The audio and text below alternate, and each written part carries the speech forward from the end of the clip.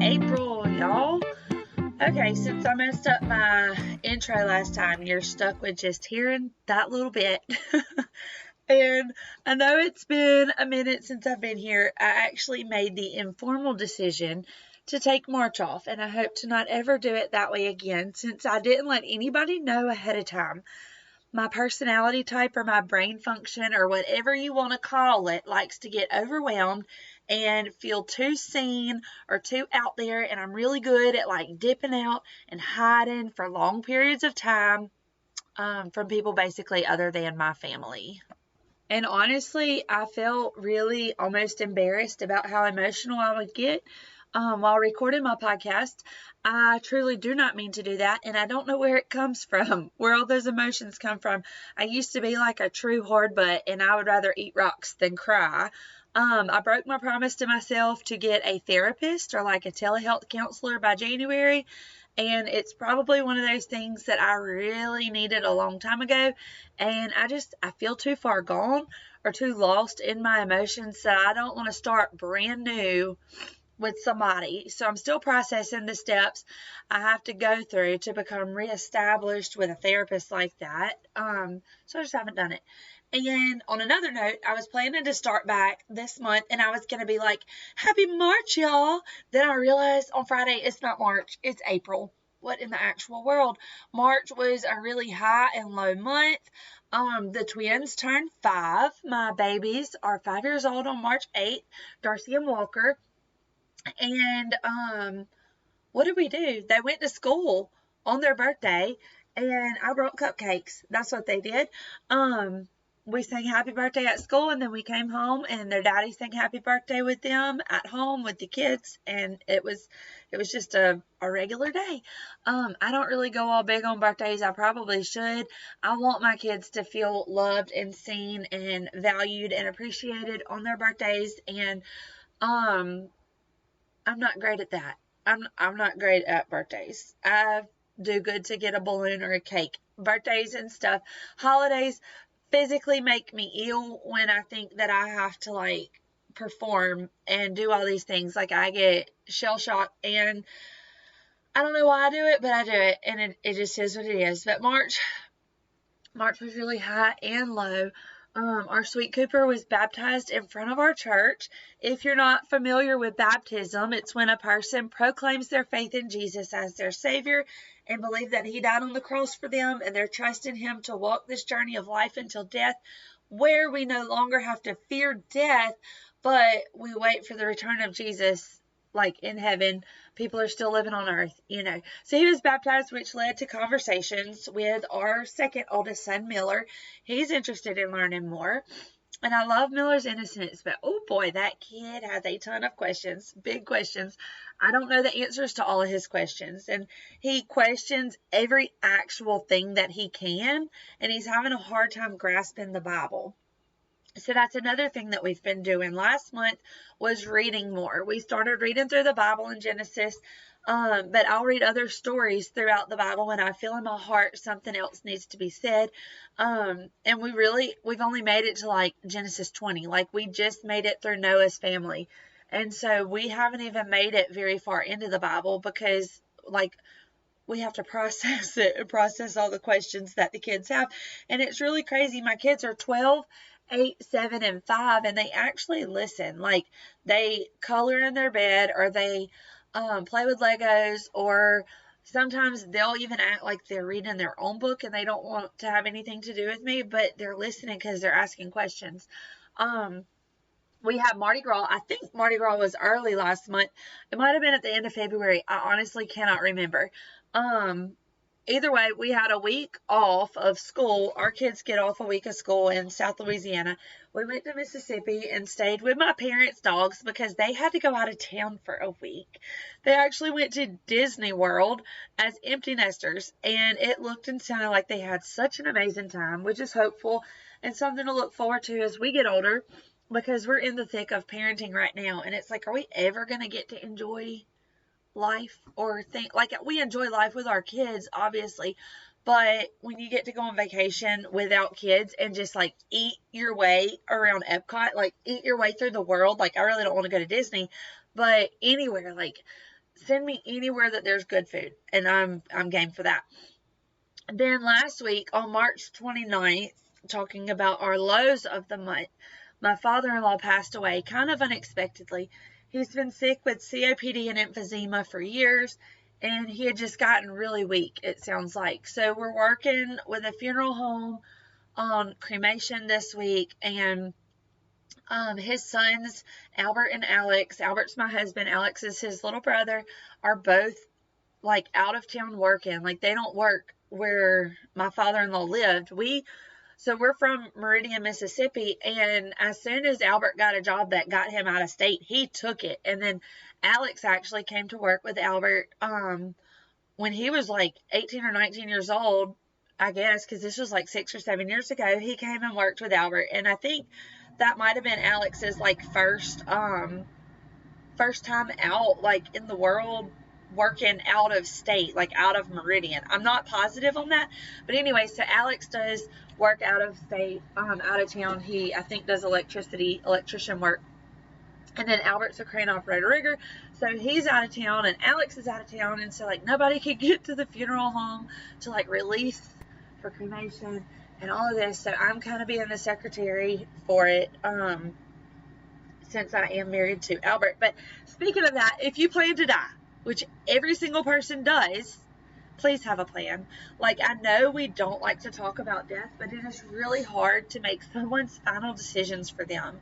Donnie had planned to be cremated, and he let us know his wishes of that for the last couple of years.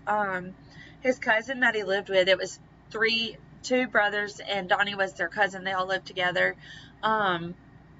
Said, he told me, Gary, I talked to him on the phone the other day, said that they sat down a couple months ago to see how much cremation was, and they called different funeral homes, and it's insane how, like, quote-unquote brand name funeral homes charge almost double, if not more, for cremation than smaller funeral homes.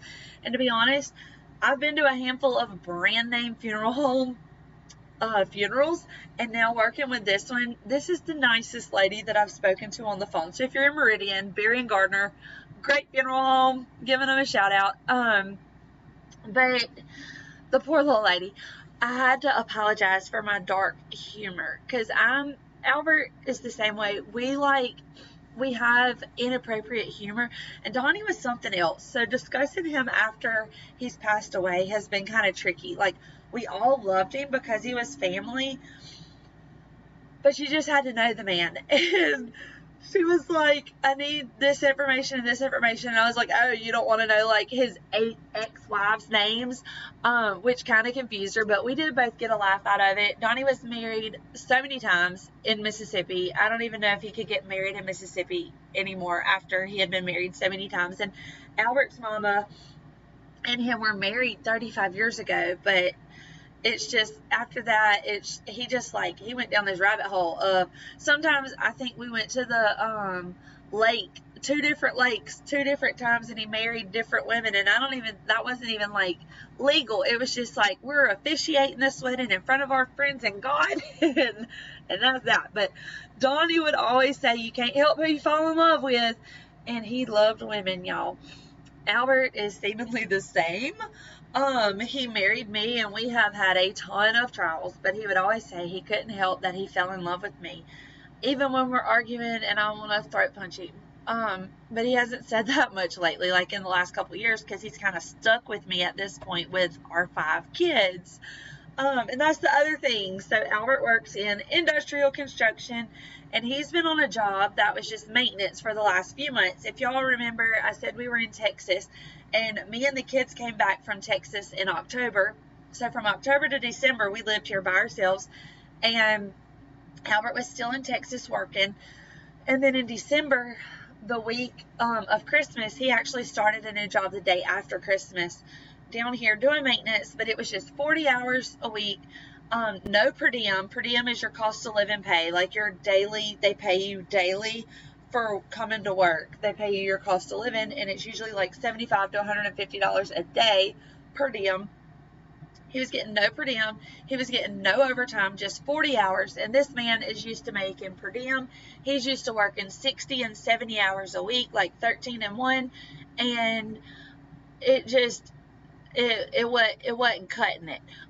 We have 5 children to feed, and so yeah, he was just there, and it's nothing bad happened, but it was just one of those, okay, I think this is not what you're supposed to be doing. And so I was looking through my Facebook memories and saw a picture of Albert's truck and a friend of ours truck that they actually both had these trucks, and then they liked each other's trucks, so they swapped.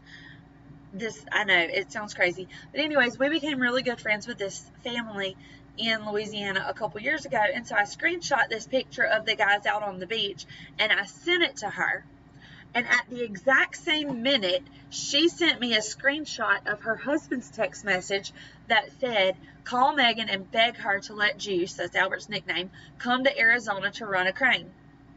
They're 2 hours behind us, like we're 2 hours ahead of time, and we screenshot our phones and sent them at the exact same time. And that was on a Tuesday, and I really encouraged Albert to go because it was just like such a specific moment. So by Saturday, he had drug up or quit his 40-hour no per diem job and was on his way out of state to work in Arizona, 19 hours away. He was gone not even 24 hours, and 2 kids lost a tooth. 1 cut their foot. 1, I think, cut their hand, and Walker got scratched horribly on his lip by our cat. Like, the cat, his name is Mocha. He's still a kitten. He's like maybe 5 months old, and he got in a fight because he's like going through the neighborhood picking all the boys and fighting them one at a time.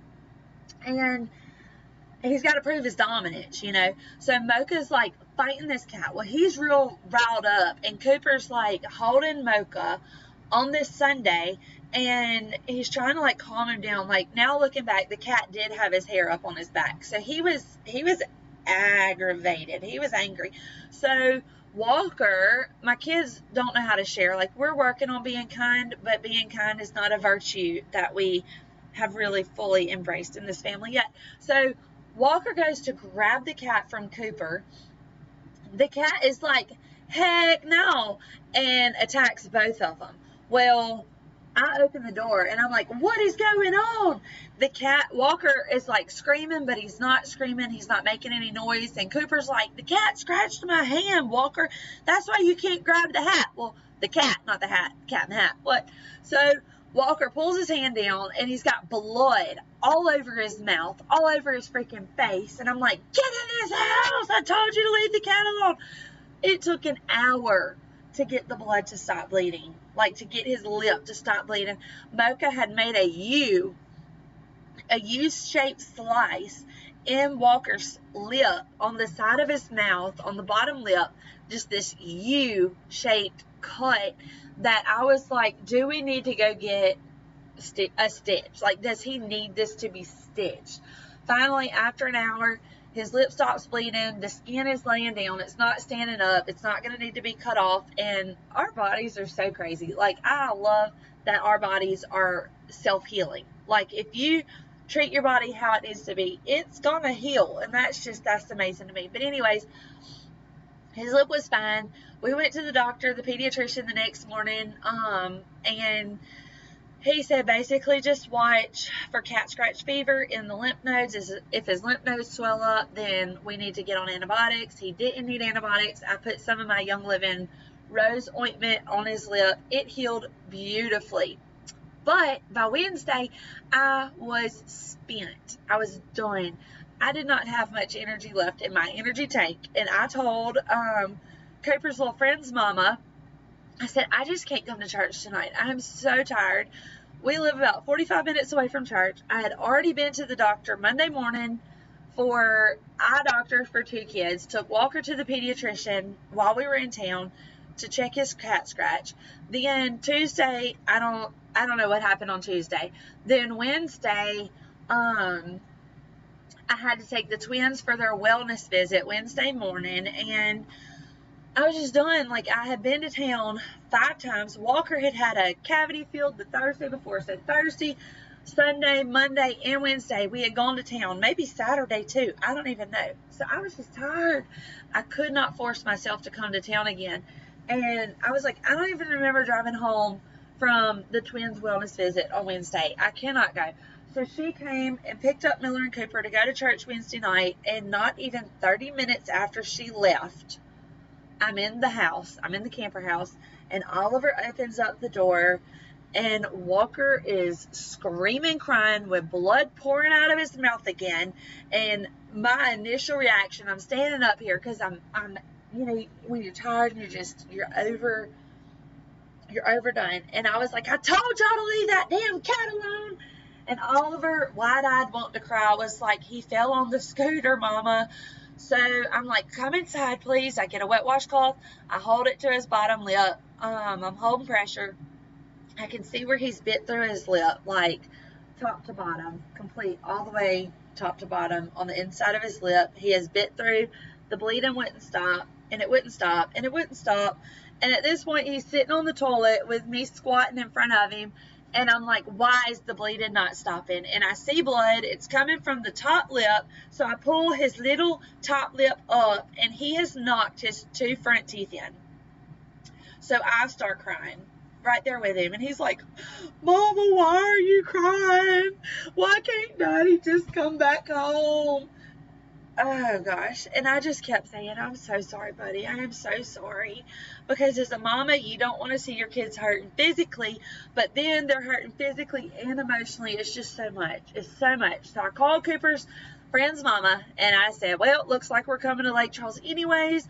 Walker has busted his front teeth in, and I don't know what to do, so we're going to the emergency room. So she called another one of our friends who lives right down the road from me, and she calls Vaughn calls me, and she goes, bring the other 2 on over to my house. And I was like, are you sure? And she's like, I wouldn't tell you this if I wasn't sure. Yes, bring your kids. So our sweet little tribe, y'all, this is what it means. It takes a village, because mothers cannot do everything alone. And it has taken a lot for me to ask for help ever. And these women have stepped in and helped me whenever I need it. And I'm truly so thankful, especially in all the chaos my fun little family brings to the table. Like, they just let us come as we are. Because I'm telling you, as I was getting Walker in the car and Oliver and Darcy, I'm just standing there like, what do I do? What do I do? That's what's, like, I'm saying this physically, like, where do we go? What do we do? I just don't know. So I called the emergency room. I calmed back down. Like, I'm putting oils on, and I'm calming down, and I'm like, well, y'all see my little boy. He's knocked his top front teeth in. He's only 5. He just had his wellness visit this morning. I don't know how to get in touch with the dentist, which I learned if I'd have just left a message, they would have called me back. But I was like, I'm driving from an hour away. And so we got in there. I dropped the other 2 kids off and took Walker. We got in there. I filled out papers, and we didn't sit for 5 minutes, and they had us walking straight back to our room. No triage. They just took me, hot mess mama, comforted me, and Walker, looking like he just left a bar fight with his little scrape on one side from the cat, and his top and bottom lips busted from the scooter, and his teeth pushed back in his face, and his gums were black at this point from bleeding, bruising. But thankfully, he had pushed his teeth back with his tongue on the drive up. And there's so many little details that I left out that I'm remembering. Like, when we were driving up, I asked Walker if he wanted me to keep singing, because I was just singing, like, quietly to myself. Like, just, if the pastor said the other day, if you have a melody, you are an overcomer. If you can sing, if you have a song on your heart, you can overcome. And so I'm just like singing, and I'm like, do you want me to keep singing or turn on the music? And he asked me to sing for him. And y'all, I can't carry a tune in a bucket, but my baby wanted the comfort of my voice, and he cried and he moaned the whole way to the hospital. And I cried and begged God for rest and comfort and sustenance, because I just realized that I cannot do it on my own. So I sang hymns, and I think that's what got us through. So to change the subject again, that was that whole story. Okay. I started sewing a lot more, and I've been sewing bows and bonnets and dresses and scrunchies and skirts and all kinds of things. And I started being more active on Facebook. I started a group called the Black Pearl Stitchery. So if you're interested in going to see what I'm working on, or maybe buy something That's my little shameless plug because I've got to put it out there somehow. I've got so many creative ideas going through my brain. I don't have the time of day to get them all done. And I'm really not great with balance in life. It's like all or nothing. And by that, I mean, I'm going to go hard on something and then I'm going to crash. And I usually crash for several days. And by crash, I mean, I'm just going to do the bare minimum, cleaning the house, fixing dinner, go do things that don't necessarily need to be done. Like if I need to clean my house, I'll go check the mail, even when I'm not expecting anything to come to the mailbox, like the post office mailbox down the road. I would do anything rather than what I've deemed important, like start the warranty on our claims for our camper, or take my car to get the oil changed, things like that, which my oil doesn't need to be changed right now, but you get what I'm saying. And I see exactly where my oldest gets that mentality from. Poor dude. We've really had to work on him staying on task, and I look at my own self and I'm like, I can't even stay on task. Why am I expecting a 12-year-old to? And I don't know the answer, except find a great rhythm. And I need to find a great rhythm that I don't get burnt out on any one particular thing. Like, for instance, one night I had a dream that I could make a hair bow out of a School Spirit t-shirt. And I slept on it for 2 nights, 48 hours. And then I thought, okay, I'm going to do it now. So I did it, and I was so proud and so happy that it turned out like it did that I made a handful, which took a few hours. And then I didn't make any more for the whole month of March. You know, and I did go do this. This was something, I filled out my paperwork for subbing at the school back at Thanksgiving, November. And I went and did my fingerprints so that I could prove that I'm not a criminal, so I can go sub at my kid's school. And I'm not sure how that's going to work out, but I figured it's worth a try. And it takes like 4 to 6 weeks, so I'm not even going to be able to sub except for like the last month of school. And I've met a dozen new people this last month, so that includes like finally asking people that I've been seeing for months or even years at church what their name is in school. What's your name? I'm sorry, I know you, but I don't know your name, and I'm so sorry I've not asked you before now. That's what I've been doing. And I think it's kind of funny that I'm doing that because I've been going to the same church on and off for almost 4 years. Like, we've moved out of Louisiana a couple times, you know, and come back. So we've been going to this church since before Hurricane Laura. So we've been going to this church since 2019. It's 2023. And people still ask me if I've been coming to church. Is this your first time? One lady the other day asked if I was new, and I said, no, ma'am.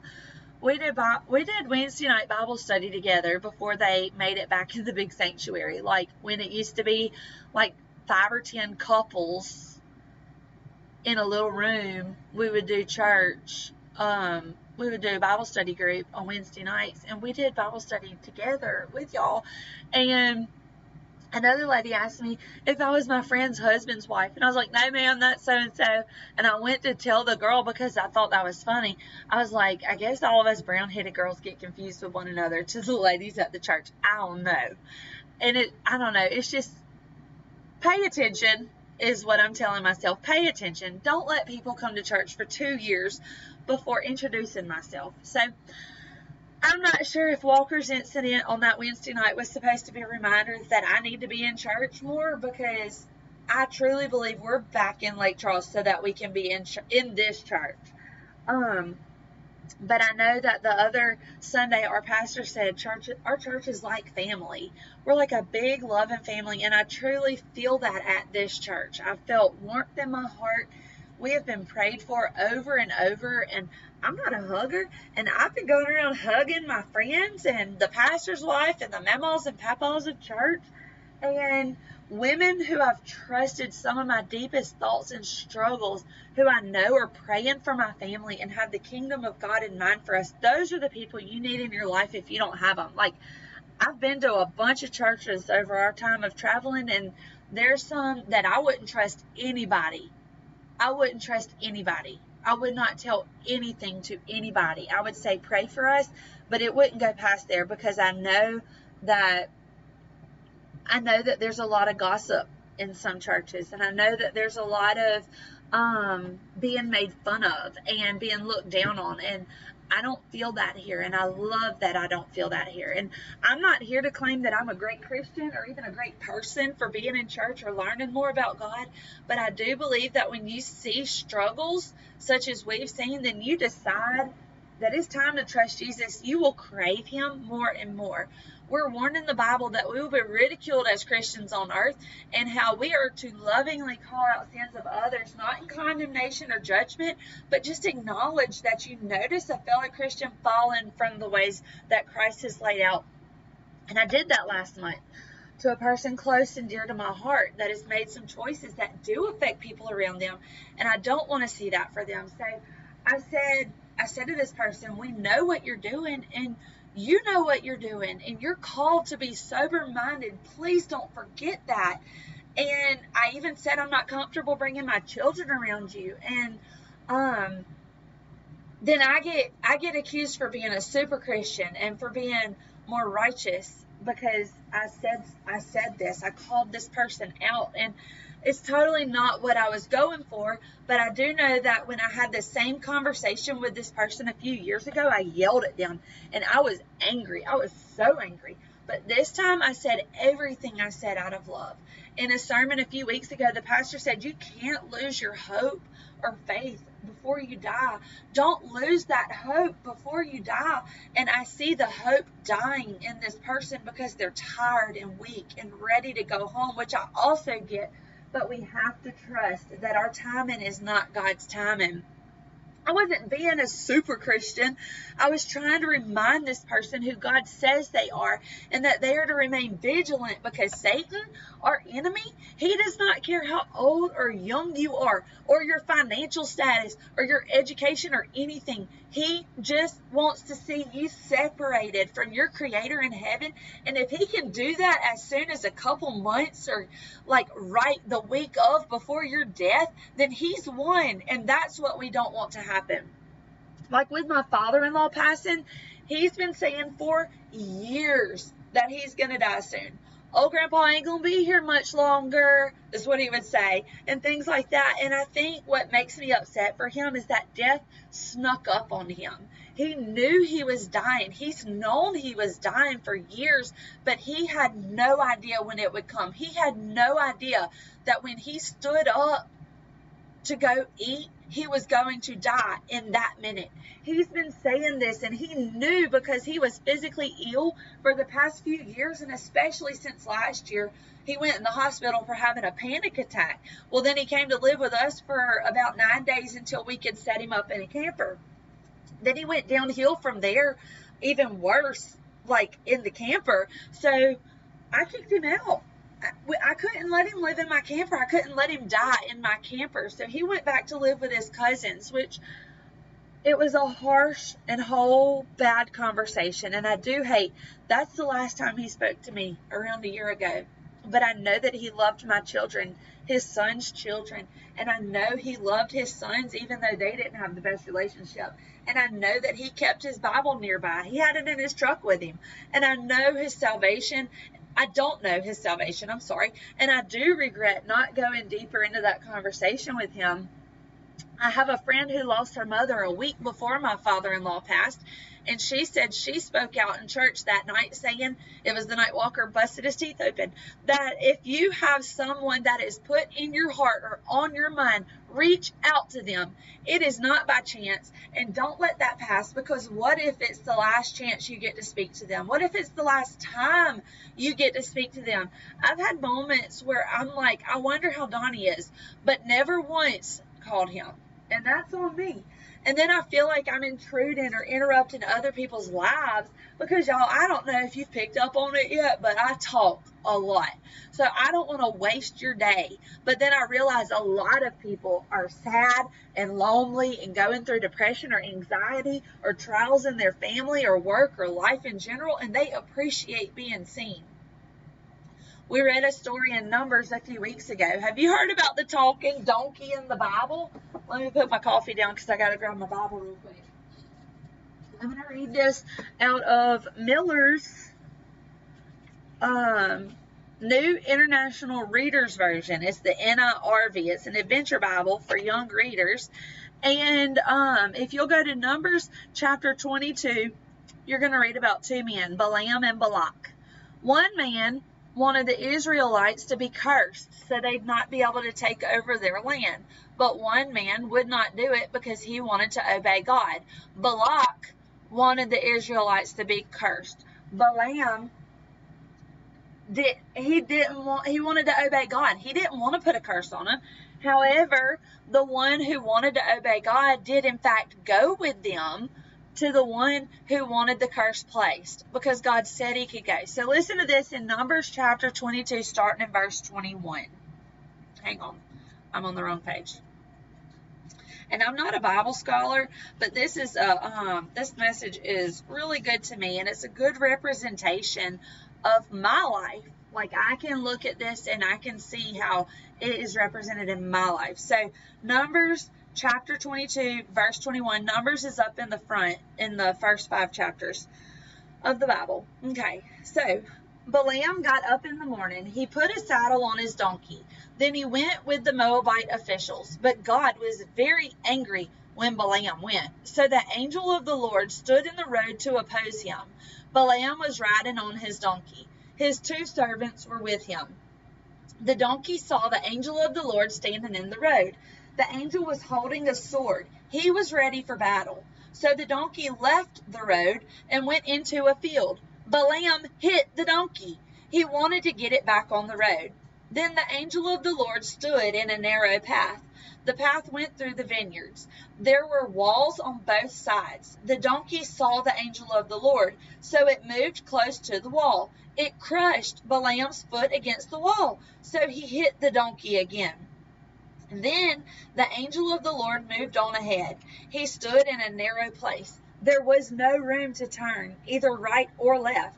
The donkey saw the angel of the Lord, so it lay down under Balaam. That made him angry. He hit the donkey again with his walking stick. Then the Lord opened the donkey's mouth, and it said to Balaam, "What have I done to you? Why did you hit me these 3 times?" Balaam answered the donkey. He said, "You have made me look foolish. I wish I had a sword in my hand. If I did, I would kill you right now." The donkey said to Balaam, "I'm your own donkey. I'm the one you have always ridden. Haven't you been riding me to this very day? Have I ever made you look foolish before?" "No," he said. Then the Lord opened Balaam's eyes. He saw the angel of the Lord standing in the road. He saw that the angel was holding a sword. The angel was ready for battle. So Balaam bowed down. He fell with his face to the ground. The angel of the Lord spoke to him. He asked him, "Why have you hit your donkey 3 times? I have come here to oppose you. What you are doing is foolish. The donkey saw me. It turned away from me 3 times. Suppose it had not turned away. Then I would have certainly killed you by now, but I would have spared the donkey." Balaam said to the angel of the Lord, "I have sinned. I didn't realize you were standing in the road to oppose me. Tell me whether you are pleased with me. If you aren't, I'll go back." The angel of the Lord said to Balaam, "Go with the men, but say only what I tell you to say." So Balaam went with Balak's officials. That was 21 to verse 35. I have used crutches and tools, or I have these crutches and tools that I use and have used for years to get through life. But God will stand in the way sometimes, and I get angry. I get so angry and impatient and out of control and emotionally into chaos and sometimes physical chaos. I get aggravated and irritated and embarrassed. And then what happens? I feel too seen. I believe the lies that I'm not worthy of the blessings and the goodness that God has set aside specifically for me. No one is going for the exact same things that I'm going for. I have a family that nobody else has. I have a home that nobody else has. I have a brain that nobody else has. And the weapon the enemy has against me is my thoughts, because I self-sabotage and allow my heart to feel less than. Of course, hateful things can be spoken to me and told to me, and I can be mistreated by whoever, whenever, wherever, but I'm the only one who receives that. And how I receive it is how I will process it. If I accept the words or slanders of the enemy or my family members or people in my life, then I'll inevitably end up down a rabbit trail of agreeing with them and believing those lies.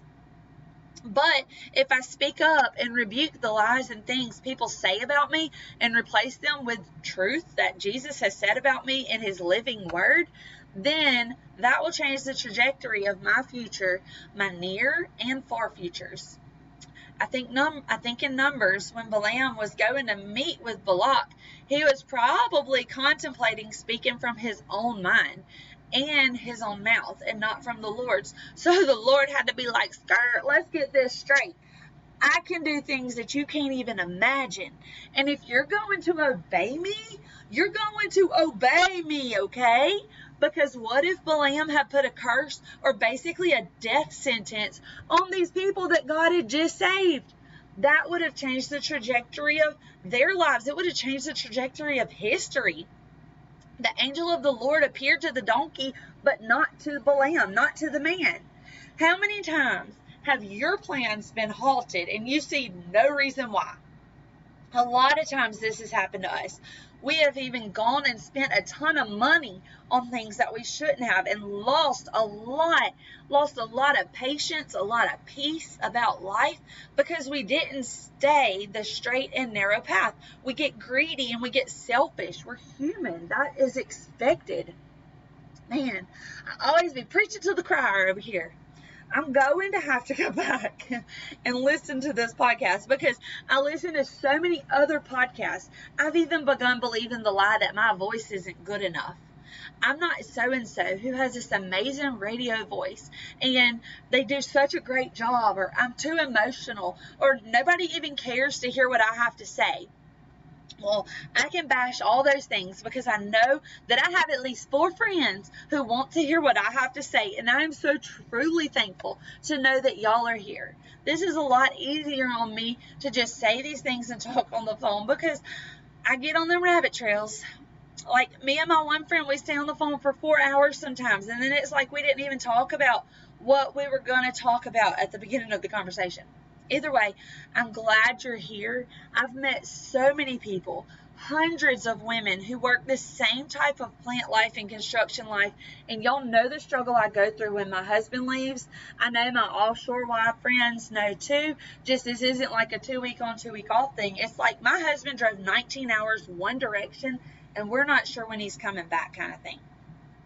I know it's hard to understand, especially since we bought a camper so that we could travel with Albert, but the kids are back in school and we're not in a homeschooling position that I set us up to not be able to travel even though we're in the camper. Hopefully we can go for some of the summer to Arizona. I do have a hard time being further than a gas tank away from home, which is Mississippi, and I'm working on that. I like the idea of being able to get to my own parents if I need to, and this is one area I'm needing to work on because fear is not of the Lord. Like, oh, I just had a thought and it disappeared immediately. See, like, I'm not telling y'all these things because I want to tell them to you. I'm telling them to you because I've been inspired to tell you these things.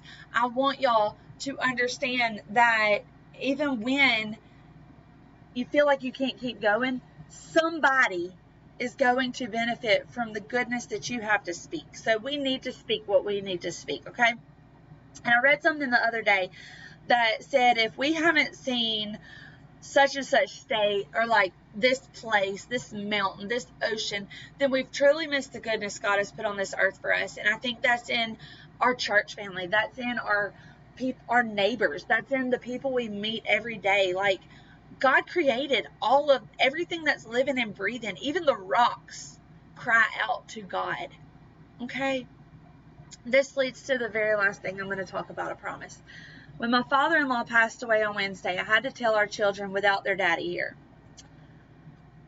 Because he's out of town. So I didn't even call Albert because I didn't want him to be upset while the kids were upset and not be able to they couldn't comfort each other. So it's going to take a lot for them to process this news, my kids and my husband and my brother-in-law and everybody that loved Donnie. But I went to Isaiah chapter 26, verse 19, and I read this before I told the kids what had happened. Lord, your people who have died will live again. Their bodies will rise from the dead. Let those who lie in the grave wake up and shout for joy. You give life, Lord, like the dew of the morning, so the earth will give up its dead people. We talked about how we were created in our mother's womb before we even take our first breath on earth. And we talked about how we grow from a tiny baby into a child, into a teenager, into a grown-up. And as we get older, I asked what happens. And they answered, you die. And then they were like, who died? So I let them know their old grandpa died. And it was hard, but we talked about all the good memories that they have with him and how they are so blessed to only have good memories with him. Then we talked about how this verse says, those who die will live again. When you ask Jesus to be your Lord and Savior and believe that he died and rose again, you have this hope that only other born-again Christians have. We have the hope that old grandpa believed in Jesus as his Savior, and that even though he's being cremated, he will rise again when Jesus returns. I didn't know how I felt about cremation until this week, and it really kind of weirds me out. But my friend Amy, whose mama passed away, told me we came from dust. And that's all I needed to hear. We came from dust, and to dust we return. We die on earth, and it's sad for people left behind who have to continue on living. But when Jesus died on the cross and Satan thought he had won, Jesus said, but wait. And that stone was rolled away and he was gone. The tomb was empty and death was no longer scary, because to die is to live. To die on earth is the beginning of our new life in heaven. And when Jesus descends from heaven, earth will become a new place. So this is me saying, I missed y'all last month and I'm going to do better about showing up. I have a lot of fear and things that I'm working through and really don't want to let y'all down because I'm afraid. And I have massive imposter syndrome. I feel like me coming on here and telling y'all things and then not truly living a joyful, happy, peaceful life and having strife and having conflict and anger, I feel like that makes me an imposter. But I'm learning with y'all, okay? And this isn't just about me after all. It is about sharing the good news. I just figured out this platform barely enough to be able to share it, and for that I'm thankful. Every single time I get on here to do a podcast, I have to figure out how to do it. Like, I can't remember how to even do it every single time. Even if I was doing it every week, I would have to sit for an hour to remember how to record and upload it. It's that insane. And now that I've recorded, I'm going to have to remember how to save it and remember how to upload it to the platform. And I just want to say, y'all come find me on Facebook or Instagram at Life with the Clarks, or my 7-page Black Pearl Stitchery. If you feel led to give to my Patreon platform, which will help pay for my podcast, it's $3 a month, which is less than even a frappe at McDonald's. I'm so glad that you were here to hang out with me today, and I hope that something here has encouraged you. If it did, please don't hesitate to share or leave a review where you're listening. If it's ugly, I don't want to hear it. If you only have something ugly to say, I don't want to hear it. And if you know me in real life and you're like, you said this, but you're behaving this way, just know the Lord is constantly working in my heart. I am constantly being worked on. I am not whole until I die. And if Jesus allows me into heaven because I love and trust and believe in him, I pray to God that I can make a difference here on earth, and that my children know the love of God, even though they know that their mama has struggled, because I'm human. I'm human. We're all human. But we're going to make it. Just keep going. Just keep going. One day at a time. I don't want that imposter syndrome. I want to be a happy and truly encouraging person. And I want you to feel the love of Jesus. I want to radiate the love of Jesus, even if my family doesn't get that, because they know me. They know me at my weakest and at my worst moments. They know me when I wake up in the morning with stanky morning breath. They know me. But I want them to know that my heart truly is that they know Jesus and that they love Jesus and that they trust in Jesus fully, because I know I couldn't make it one day after the next without Jesus in my life and without my Bible. And I don't even read the Bible every day. So that's something that I'm working on. That alone. Like, I find these stories and I read them and I think about them and I sing all day. You just, one change, one positive change, one kingdom change. Not even just positive, because even people that don't believe in Jesus, like I tell my kids, even people that don't believe in Jesus know that kindness is something that you need to have. You can't just go around being hateful and mean to each other. We still need to exemplify kindness and love, and it's just one day at a time. I love y'all. I hope y'all have a great day. Bye-bye now.